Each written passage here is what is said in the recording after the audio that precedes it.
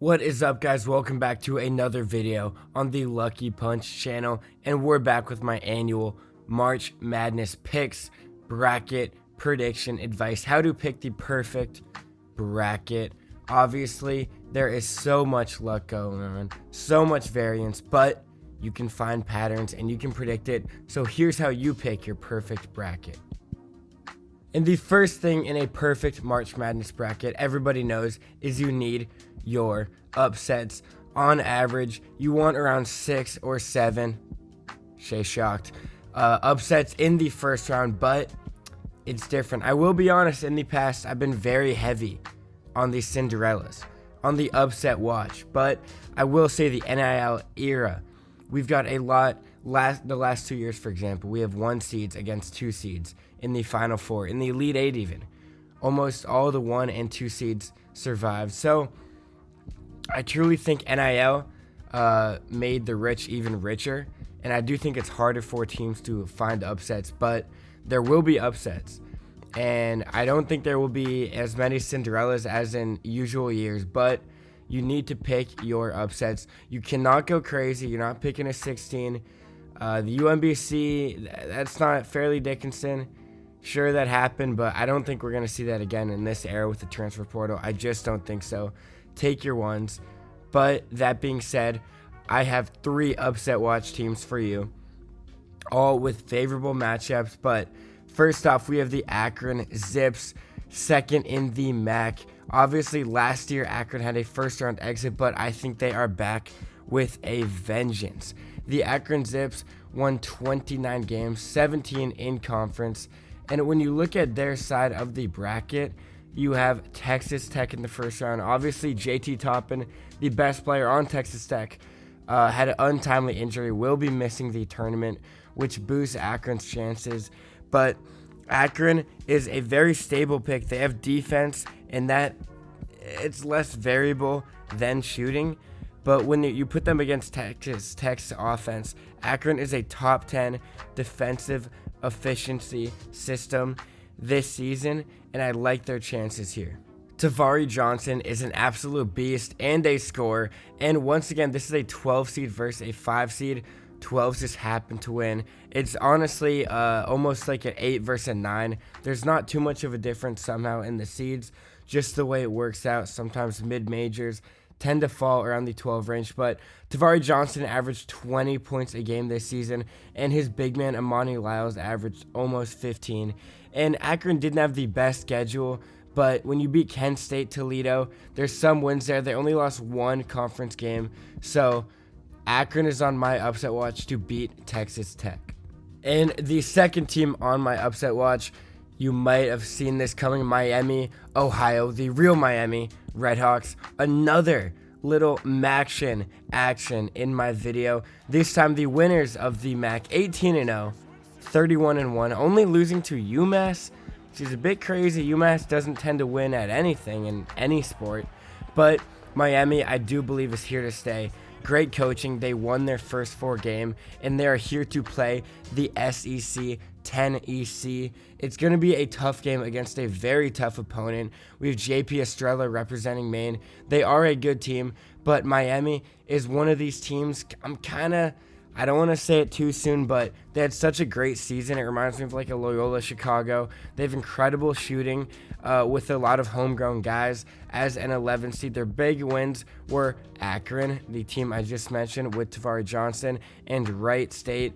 But a combo of Peter Suter and Brent Byers resulted in a lot of 3-pointers. Miami is a top 25 team in the country and 3-point percentage. They're one of those teams, high variance, but a ton of shooting from the deep ball. So they haven't been in the tournament since 07 as a 14 seed, and they obviously did not win that either. So I honestly, you will see later, I like Miami. And my last team on upset watch is the Santa Clara Broncos, the first place in the Western Conference, 15-3, 26-8, coming in as a 10 seed, facing on a 7th ranked Kentucky. And this is no Calipari coach Kentucky, but it is still Kentucky. It is a tough squad. But Santa Clara has not been in the tournament since 1996, where they did win 1 game. But now as a 10 seed, they have a very tough matchup ahead of them.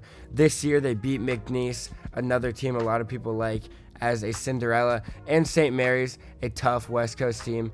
But Christian Hammond as the guard averages 15.8, 15.8, but a very talented player with Elijah Mahi, averaging 13.9 respectively. But Santa Clara is another high variance, high shooting team. They shoot over 37%, but that's on a lot of shots, and I do like them. They had some close wins with guys in the West, and obviously they did not all fall their way. They lost 3 in-conference games, but when you look at their quad 2, quad 3, quad 4, these guys are talented, and I think we could see a crazy upset. Reminder, they are playing Kentucky, St. Peter's. I'll leave it at that. We are going to get to my official bracket prediction, and we're going to fly through this. So we will start with our 1 seeds. I'm telling you, the NIL era, I'm taking all my 1 seeds. I advise you to as well. Obviously, 2 have lost: UMBC, Fairleigh Dickinson, Purdue, Virginia.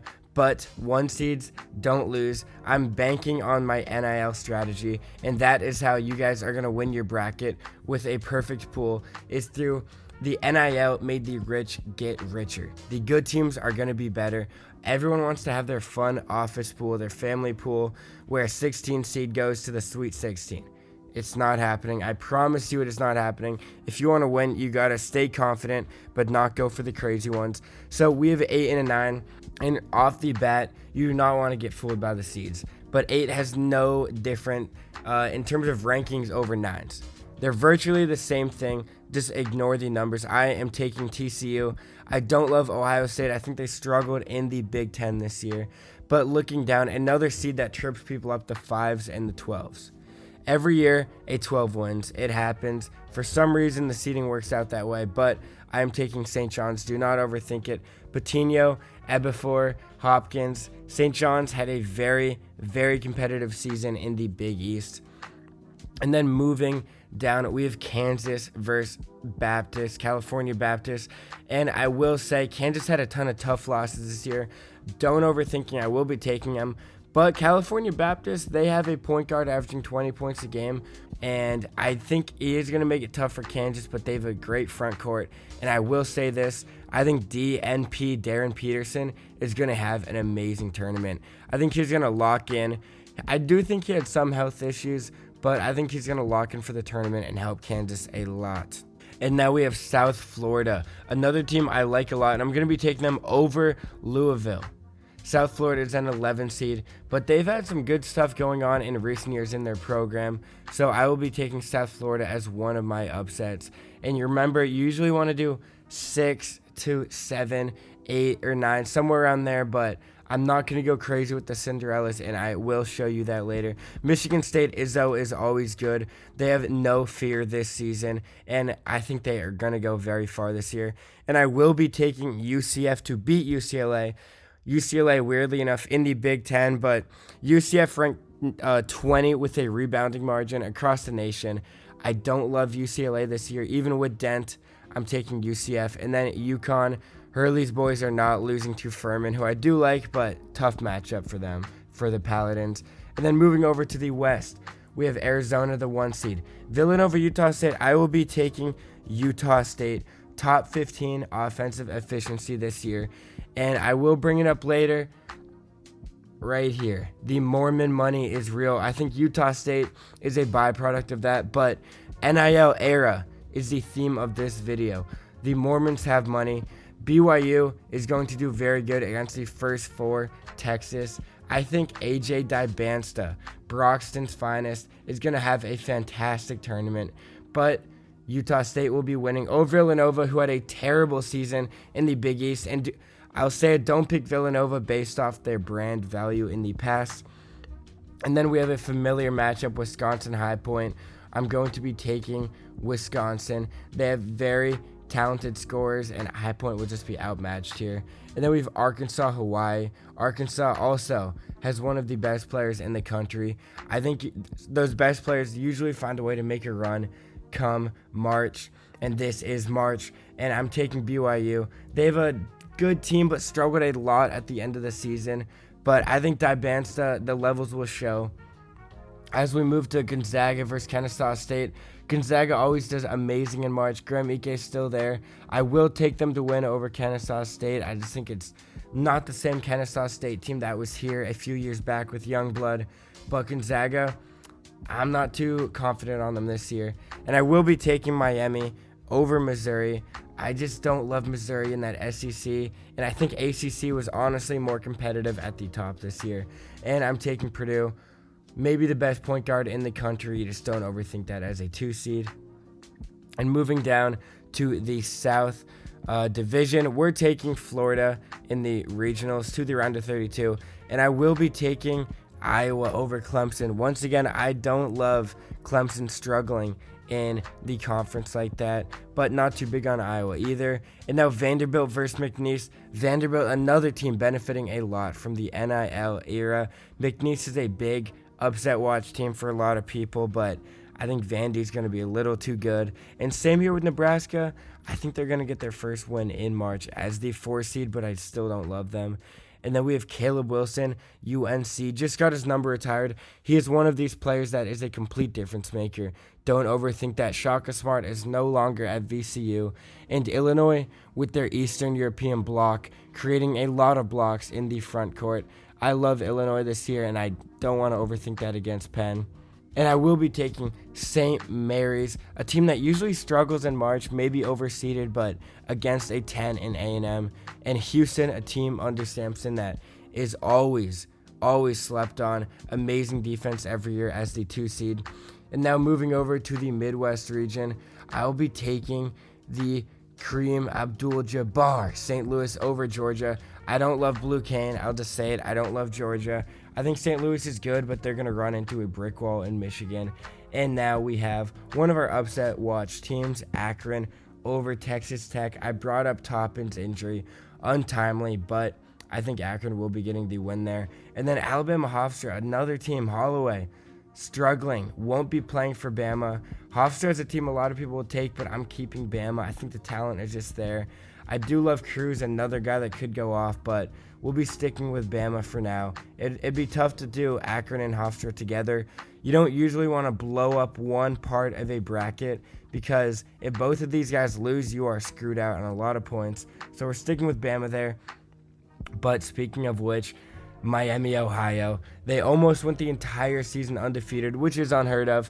Amazing three-point shooting. I do not love Tennessee at all, I'll be honest. And I think they're a big name value team that usually doesn't do that well, so a good spot here for an upset.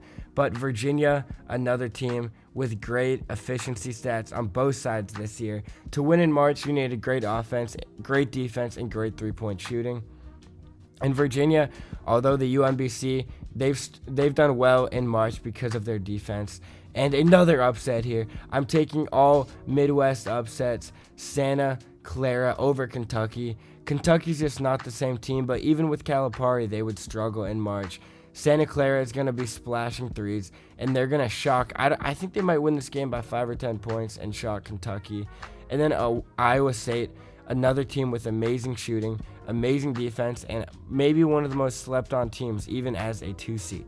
And now, as we move up, we're going to keep flying through. Duke is so good with Shire, with Boozer. Duke is here to stay. And St. John's, Kansas is a banger. I think DNP is going to play over St. John's and upset Rick Pitino's boys again. Crazy win there. And then South Florida, a team I like a lot, but I think Izzo's boys are going to get it done in March. And UConn will beat UCF. And then moving down, Florida, do not overthink it. One of the best teams in the tourney, reigning Natty champs, will be winning and facing on against Vandy. Nebraska will keep their win streak at 1 in March. I think Vandy is not a super high potential team, but a team with a high floor as well. And then UNC Illinois, super interesting matchup for me. When you look at the numbers here, Caleb Wilson is a beast. Andrei Stojakovic struggled with injuries, but Keaton Wagler, amazing on both sides. But I will be taking UNC. I think Caleb Wilson will shine and get the job done, as will Houston, winning over St. Mary's comfortably. And then sliding back to the West, it will be Arizona, one of the best teams in the country. A lot of people's favorites to win the whole thing will be taking on Arkansas. winning comfortably over Wisconsin in a 4-5 matchup. And then we have BYU Gonzaga. I'm taking a slight upset here. BYU, Debinsta is going to shine. And then Purdue is going to beat Miami and get rid of the yips that have been making them lose in the first weekend the last few years. Michigan is that good. Don't overthink it. They're beating St. Louis. And Akron will be beating Alabama. That is the biggest Cinderella for me so far is Akron. Tavari Johnson, the beast. I honestly don't love them as in a Elite Eight Cinderella or a Loyola Chicago type Cinderella, but when you look at Texas Tech dealing with injuries, Alabama dealing with legal issues, there could be a run there for Akron. So all things you have to think about. And then I will be taking Miami, Ohio to lose. Their amazing season will end here. Virginia is just that good. And then Iowa State will also be ending another fun season from Santa Clara. So as we slide into the Elite Eight, you will notice a pattern here. In the Eastern region, I have 1, 2, 3, 4, Duke, UConn, Michigan State, Kansas. In the West, I have 1, 2, 4, 6. If we go down, same pattern. 1, 2, 5, 6. 1, 2, 3, 12, Akron. You're taking your 1 seeds. You do not need to overthink it. The last 2 March Madnesses in the NIL era, the Elite Eight had a 1 seed and a 2 seed, or a 1 seed and a 3 seed in every single region. So you want to do it. You can't be boring. You don't want to be the guy that picks all the higher seeds, but you don't want to be the guy that loses, even if you know the most ball, because you went crazy with your upsets. So as we slide in, we are taking Duke. They are that good.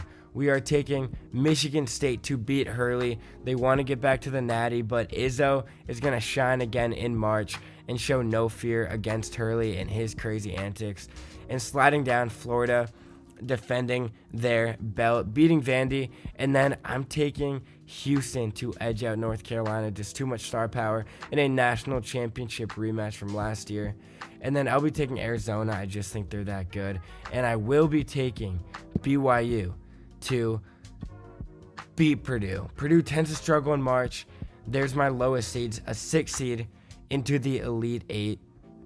And then as we slide down, I'm taking Michigan. Sorry, Akron, you just don't have the star power. And I will be taking Iowa State, a very, very efficient team, to beat another one in Virginia. But looking as the bracket progresses, I'm taking Duke to end Izzo's run. They have the best player in the country, Cam Boozer, and Caden Boozer as well. But Cam Boozer, incredible player. I think Duke is a very, very good team and may be the favorites to win the entire thing. And I will be taking Arizona, another 1 seed, to end BYU's run. Your 1 seeds are going to be winning this year. I can just feel it. None of them are going to lose early, and you are going to rack up points from keeping your 1 seeds in. The best teams will win out as long as they can. And speaking of which, Houston will beat Florida and take down a 1 seed, while Michigan advances, meaning 3 of my 4 1 seeds made it to the Final Four.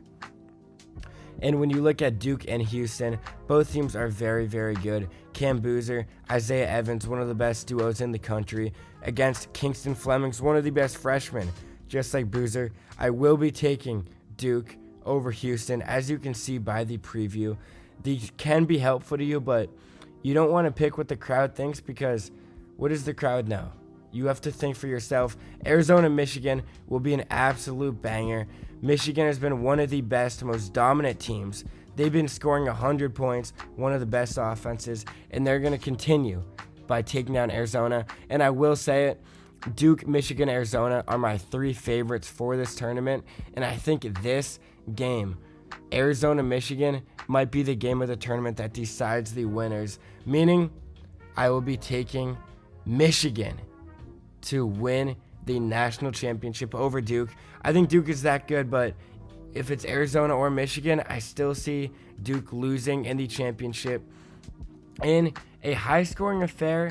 However, I think there's going to be some defense being played. I'm going for a little bit of lucky number for me, but 135. Pick something relevant to you, but think about in the last few years, Houston, Florida, was more of a defensive matchup. It's not going to be an NBA sluggerfest where they're shooting 130 and Bam Adebayo's dropping 80 points in honor of Kobe. It's going to be a lower paced game. It's college ball. But I will be taking Michigan to win the national championship. If not Arizona, it's Michigan for me. So I hope you guys enjoyed the video. Comment down below your picks. If you liked my upsets, hated my upsets, liked my picks, or hated them. I want to see what you guys are taking, what you guys think about this bracket. And I will see you guys next time, hopefully, after I win $1 million. Peace.